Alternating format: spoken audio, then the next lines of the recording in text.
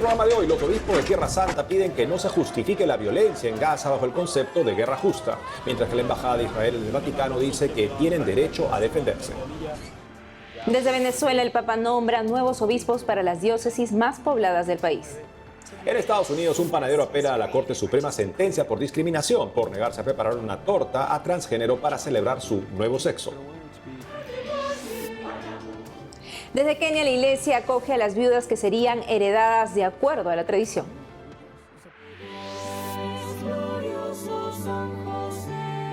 Desde Argentina, en agosto se realiza el primer encuentro sudamericano de coros litúrgicos para elevar la formación de cantantes y músicos. Natalia, empezamos el programa. Muy contentos, Eddie, también de iniciarlo con nuestros televidentes desde nuestros estudios en Lima, Perú. Gracias por acompañarnos en EWTN Noticias. Soy Eddie Rodríguez Morel. Yo soy Natalie Paredes. Empezamos las noticias contándoles que los obispos católicos de Tierra Santa piden que no se justifique la violencia en la Franja de Gaza bajo el concepto de guerra justa. En un comunicado recuerdan que según la doctrina católica, la reacción armada no debe causar destrucción y sufrimientos a las personas inocentes que sean mayores que el mal que se quiere eliminar. Por ello exhortan al fin del conflicto para evitar una propagación a escala mundial. Por su parte, la Embajada de Israel en el Vaticano rechaza el mensaje de los obispos. Lamentan que personas de la Iglesia Católica hayan emitido un documento para objetar de facto el derecho de Israel a defenderse de sus enemigos. Desde el lunes último, la gente en Gaza está dejando lo que queda de sus hogares y lugares de refugio en dos zonas de la franja, siguiendo una orden de evacuación del ejército de Israel que alista un fuerte ataque contra los terroristas de Hamas. Escuchemos el análisis de Joe Fiederman, periodista de Associated Press. El ejército israelí ha ordenado una evacuación masiva de una gran parte del sur de la ciudad de Gaza, Khan Younis. Esta no es la primera vez que vemos una orden de evacuación como esta. Israel pasó varios meses dentro de Khan Younis combatiendo a Hamas antes de retirarse a principios de este año. La última orden es un signo de que Hamas ha logrado reagruparse y pronto podríamos ver a las fuerzas israelíes regresar a Khan Younis y reanudarse los intensos combates. Este es un patrón que hemos visto a lo largo de esta guerra, donde el ejército israelí vuelve a áreas donde previamente había declarado victoria sobre Hamas. El primer ministro de Israel, Benjamin Netanyahu, insiste en que Israel está cerca de desmantelar a Hamas como una fuerza de combate organizada, pero también dice que las operaciones continuarán contra lo que él llama remanentes del grupo militante islámico. Esto es un indicio de que el tipo de combate que hemos visto en los últimos meses podría estar llegando a su fin pronto, pero la guerra más amplia podría prolongarse durante algún tiempo más.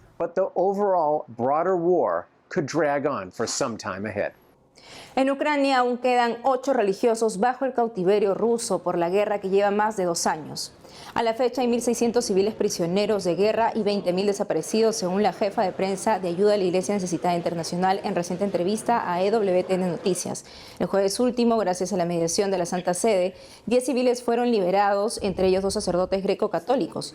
Ellos son Bohdan Geleta e Iván Levitsky, detenidos por los rusos al negarse a dejar su territorio de misión, luego acusados de posesión de armas en tribunales rusos en un proceso sin mayores garantías.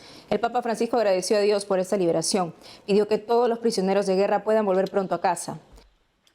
Los sacerdotes amigos también están emocionados por la liberación de sus hermanos. El padre Josafat Boyko, párroco en Ucrania, nos da su parecer. Escuchemos.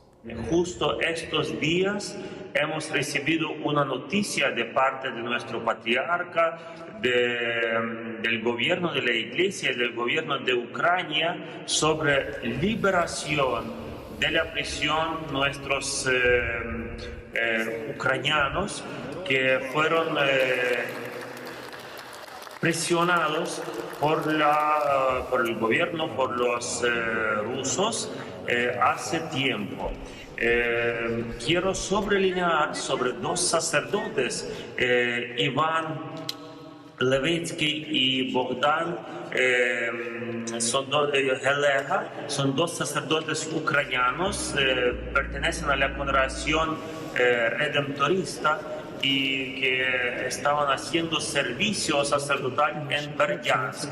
Berdyansk se encuentra en la parte oriental de Ucrania y actualmente esta ciudad es ocupada por los militares rusos.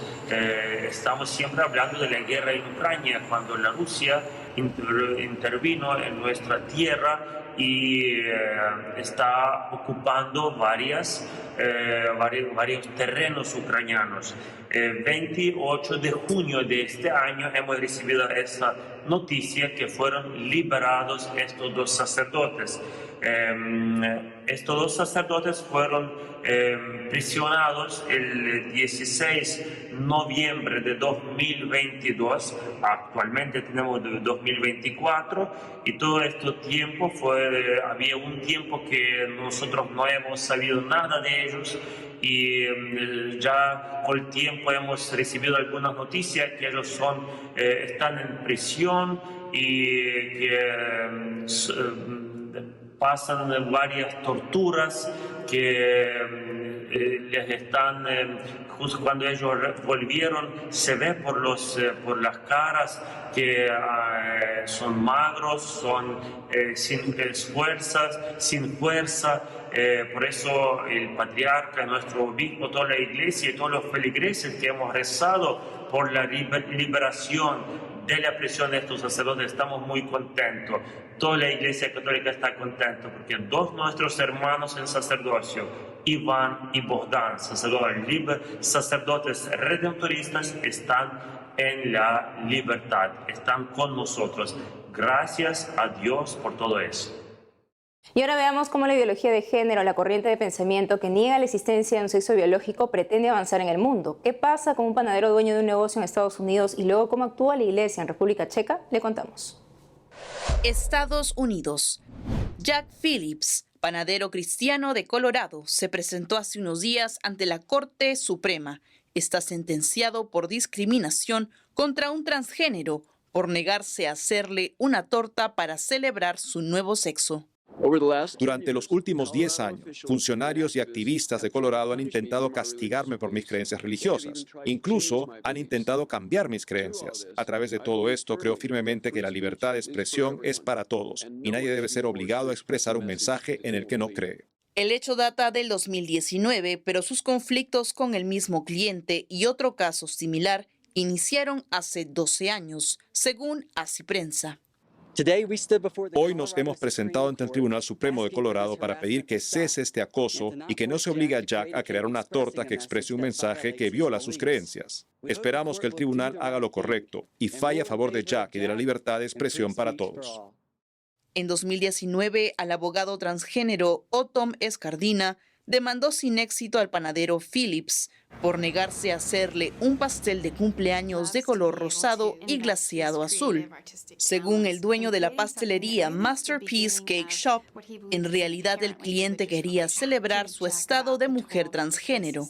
En 2018, Escardina también demandó al panadero por no prepararle una torta rosada por dentro y azul por fuera, para representar su transición de hombre a mujer.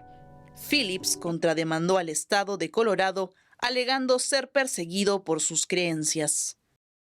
En 2012 fue denunciado de discriminación ante la Comisión de Derechos Civiles de Colorado por una pareja homosexual, luego de que el panadero se negó a prepararles un pastel de bodas por contravenir sus convicciones religiosas sobre el matrimonio. 6 años después, la Corte Suprema de Estados Unidos falló a su favor. Dictaminó que el panadero Jack Phillips tenía el derecho a negarse a crear pasteles que celebraran este tipo de uniones. En República Checa, el presidente del episcopado advirtió las consecuencias de la sentencia del Tribunal Constitucional que permite desde mayo último el cambio de género. En su carta, Monseñor Jan Grobner dice que la sentencia acelera la futura separación del género legal y biológico. El también obispo de Praga identifica una crisis global de la comprensión del ser humano. Señala que la decisión del Tribunal Constitucional demuestra que la ideología de género, que niega la existencia del sexo biológico, ya se ha afianzado en el entorno checo. Por eso exhorta a los políticos a dejar sus gafas ideológicas y buscar junto a expertos soluciones para la realización humana integral y al respeto del bien común. También destaca la necesidad de que la iglesia esté cerca de estas personas y la importancia de que los niños estén protegidos de muchas confusiones. Ahora nuestra atención se enfoca en Venezuela. El Papa nombra nuevos obispos para las diócesis más pobladas. Nuestro corresponsal Andrés Enríquez informa. El más relevante de estos nombramientos es el de Monseñor Raúl Biort como nuevo arzobispo metropolitano de Caracas, en reemplazo del cardenal Baltasar Porras, quien cumplirá 80 años en octubre de este año y ya no tendrá derecho a voto en un eventual cónclave. Monseñor Biort, de 61 años, agradeció a Dios y al Papa Francisco por la nueva misión que se le encomienda. Se puso a disposición de la feligresía caraqueña para aprender y acompañarlos como hermano, amigo y pastor. Así expresó. Regreso al lugar que me vio nacer. Nací en Caracas, nací en Catia, y después de muchos años que he vivido de alguna manera alrededor de esta arquidiócesis. Me crié en San Antonio de los Altos, trabajé 20 años en Los Teques, viví en Caracas 10 años, trabajé en esta zona de Petare y en Barlovento, y tengo 10 años de obispo de La Guaira. Asimismo, el nuevo arzobispo metropolitano destacó la labor de sus predecesores, remarcó su intención de visitar cada comunidad de la capital venezolana para encontrarse de cerca con las necesidades y los problemas de cada una. Mi único proyecto es escuchar a través de mis hermanos caraqueños qué nos pide Dios y juntos construir un plan de evangelización. Además del nombramiento de Monseñor Biort, el Papa también designó a Monseñor Jesús González de Zárate, actual presidente del Episcopado venezolano y arzobispo de Cumaná, como nuevo arzobispo metropolitano de Valencia, capital del estado Carabobo. De igual forma, el Santo Padre designó a Monseñor Polito Rodríguez, hasta ahora obispo de San Carlos, como nuevo arzobispo de Barquisimeto. Estos nuevos nombramientos significan una esperanza renovada para los bautizados en Venezuela, en un 2024 en el que se cumplen 125 años de la consagración del país al Santísimo Sacramento del altar y en el que el panorama político parece complicarse. Estos nuevos arzobispos serán un apoyo sólido en medio de las dificultades. En Caracas, Venezuela, Andrés Enríquez, EWTN Noticias. Nos vamos a una pausa y al volver, desde Kenia la iglesia acoge a las viudas que serían heredadas de acuerdo a la tradición. Además, desde Argentina, en agosto se realiza el primer encuentro sudamericano de coros litúrgicos para elevar la formación de cantantes y músicos. Regresamos con más noticias con Enfoque Católico.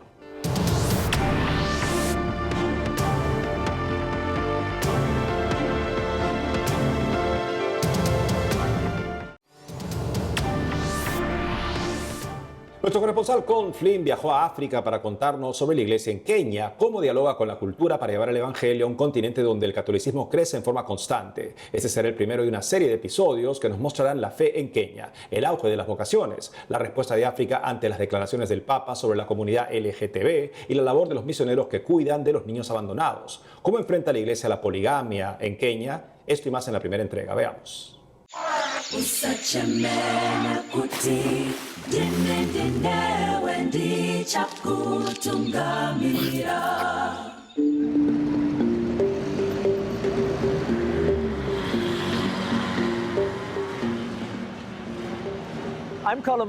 Hola, mi nombre es Con Flynn y estoy en Nairobi, Kenia, un país del este de África, con 54 millones de habitantes, famoso por su rica fauna y flora y sus parques nacionales, con ciudades bulliciosas, multitud de etnias, lenguas y tradiciones. De la inmensa población, un tercio de los kenianos son católicos.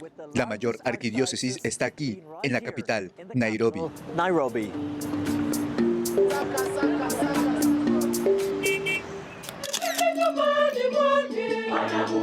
Maurice Muhatia Makumba es el arzobispo de Kisumu.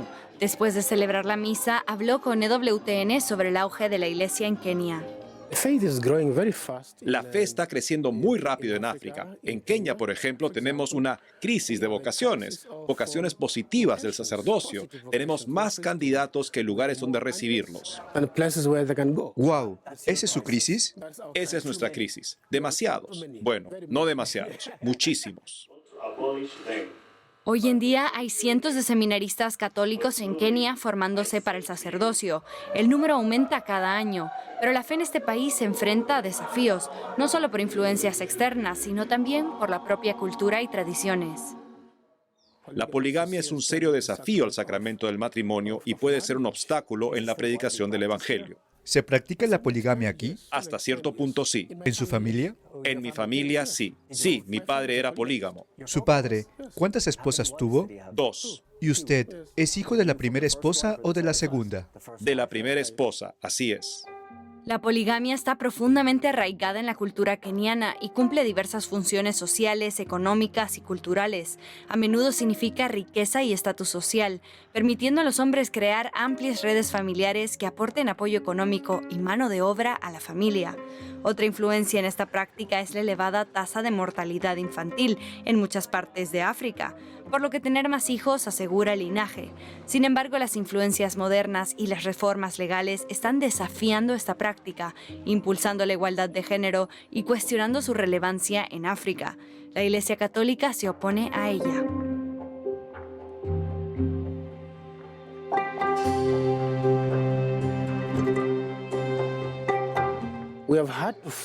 Hemos formado un grupo llamado Viudas de Santa Mónica. Se ocupa de las mujeres que han perdido a sus maridos y que de otra forma serían heredadas. ¿Heredadas? Es decir, si un hombre ha muerto, su esposa puede ser heredada por un familiar, como una esposa más. La herencia es lamentable, implica la poligamia. No hay otra manera de verlo. Es un reto muy serio. Es una cuestión cultural, pero lo estamos superando poco a poco. Al formar el grupo de Viudas de Santa Mónica, cada vez más señoras están optando por unirse y se niegan a ser heredadas. Es un reto muy grande. Algunas son condenadas al ostracismo por sus comunidades, rechazadas. Algunas pierden toda su herencia por ello. No tienen acceso a la propiedad. Otras han sido abandonadas por el marido. Algunas son muy valientes. Si un hombre tiene una relación polígama con varias esposas y quiere convertirse a la Iglesia Católica, ¿qué pasa en esa situación? Porque el hombre tiene la responsabilidad de mantener a esas esposas e hijos. ¿Cómo maneja la Iglesia esa situación? De hecho, ha pasado en otras ocasiones. Continúa manteniendo a la familia, pero su relación personal con las mujeres cambia. Vive solo con la primera esposa. A los ojos de la Iglesia, ¿la primera esposa es la legítima en estos casos? Pero, ¿es difícil para las demás mujeres, si quieren salir de esa relación, volver a casarse? ¿Estarían entonces desamparadas? En muchos casos, por ejemplo, muchas de estas personas ya tienen muchos hijos, así que la posibilidad de volver a casarse es menor. La fe nos muestra nuestros valores. El mundo debe aprender de estos valores, no indicarnos en qué creer. Muchas prácticas enraizadas en Kenia contrastan con las enseñanzas de la Iglesia Católica y como están tan arraigadas han supuesto un reto para la labor pastoral. Sin embargo, sacerdotes, misioneros y religiosas continúan su tarea evangelizadora. La Iglesia en África no solo crece en número, sino también en dinamismo. Las comunidades católicas africanas muestran su vitalidad y su compromiso de compartirla con todo el mundo. Paola Riaza, EWTN Noticias. Del 16 al 18 de agosto se realizará en Buenos Aires, Argentina, el tercer encuentro nacional y primer sudamericano de coros litúrgicos con más de 30 grupos polifónicos de Sudamérica.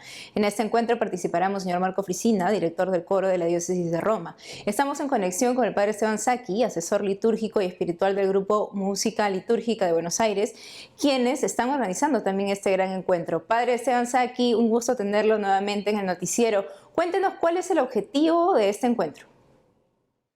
El objetivo es nuclear a los coros de iglesia, especialmente polifónicos, para ayudarlos, motivarlos a formarse y también justamente para lograr ir mejorando la performance de los coros litúrgicos de las iglesias, sobre todo las iglesias principales, pero de todo coro de parroquias también, ¿no? Buscar una mayor, como dice el concilio y los documentos de la Iglesia, lo que se llama bondad de formas, que no es solamente en el cuidado de la elección de los cantos, sino también en la interpretación. ¿Y qué tipo de actividades se van a desarrollar durante el encuentro? Va a haber, bueno, la invitación, digamos, el invitado especial va a ser Monseñor Marco Frisina, que va a dar una charla especial para motivar un poco el canto en la liturgia. Después va a haber talleres de especialización de canto. Estamos viendo que hay muchos coros en las parroquias, pero que toda la parte de técnica vocal a veces adolecen la técnica vocal adecuada para cantar, ¿no? Entonces va a haber 2 talleres de canto, va a haber también talleres para criterios de selección de cantos, talleres de lectura musical para ayudar también a que los coreutas tengan conocimiento de la música. Son más de 350 inscriptos, ¿sí? Son 30 coros aproximadamente de Argentina, también de Chile, el coro también de la Arquidiócesis de Santiago de Chile, bueno, coros de acá de la Argentina, por cierto, y también coro de Colombia, de Perú. Padre, para aquellos que no conocen la definición, ¿podría comentarnos qué es un coro polifónico? Cuidaste al niño Jesús, pues por tu gran virtud fuiste digno. Bueno, en principio el coro polifónico es el que canta a varias voces, ¿sí? Para hacerlo, por cierto, los coros tienen que tener una cierta técnica vocal, también para poder preparar cosas a varias voces se necesitan ensayos semanales de por lo menos 2 horas, ¿sí? Todas las semanas. Se necesita como una constancia, ¿no? No quiere decir, porque el modelo del canto litúrgico es el canto gregoriano, que no es canto polifónico, es canto a una voz, ¿no? Por ahí son más fáciles de cantar en primer momento, pero para hacerlo bien también requiere formación, ¿no? Hazme instrumento de tu paz, que donde hay odio ponga yo amor. Glorioso San José, ofreciendo trabajo y oración. Padre, y brevemente, ¿qué consejos podría darle a los coros para que puedan llegar a tener una armonía buena en las misas, ¿no? Que se puedan acompañar realmente a la misa? Y sobre todo mucha unción. En primer lugar, digamos, el canto litúrgico, por cierto, que uno tiene que buscar la formación técnica, pero es muy importante que sea canto y oración. Así que los coros litúrgicos no tienen que ser, digamos, no tienen que pensarse como conciertos, ¿no? Sino ayudar, aunque sean cosas que el resto de la gente no pueda cantar, no significa que toda la liturgia tiene que cantar todo el mundo, pero inclusive obras más difíciles a varias voces tienen que hacerse de tal manera que realmente ayuden a toda la asamblea a partir de esa bella interpretación, de ese canto litúrgico con su letra, ayude también a elevar su corazón al Señor, ¿no? Y a alabar al Señor. Pero para eso hay que buscar los medios, las herramientas, ¿no? No es algo que sea, digamos, inmediato, sino que se necesita mucho ensayo, mucha formación, como les decía. Todo lo del encuentro va a estar por streaming, ¿sí? Para todos los que quieran participar. Y la misa final en la Catedral de Buenos Aires, presidida por el arzobispo, Monseñor Jorge Ignacio García Cuerva, con todos los coros presentes, ¿no? Van a ser 350 voces cantando en la misa en la catedral. Así que bueno, todo eso va a estar también difundido. Qué bueno, Padre, para que los coros de otros países también puedan estar atentos. Gracias, Padre, por la entrevista. Muchas gracias a ustedes. Nos despedimos con la intención de oración del Papa en julio. El Santo Padre nos pide rezar por el cuidado pastoral de los enfermos. Hasta mañana. Este mes tengamos en nuestra oración El cuidado pastoral de los enfermos. La unción de los enfermos no es un sacramento solo para aquellos que están a punto de morir. No, es importante tener esto claro. Cuando el sacerdote se acerca a una persona para darle la unción de los enfermos, no está necesariamente ayudándole a despedirse de la vida. Pensar así es renunciar a toda esperanza. Y dar por sentado que después del cura llega el enterrador. Recordemos que la unción de los enfermos es uno de los sacramentos de sanación, de curación, que sanan el espíritu. Y cuando una persona está muy enferma, conviene darle la unción de los enfermos. Y cuando una persona ya está anciana, conviene que reciba la unción de los enfermos.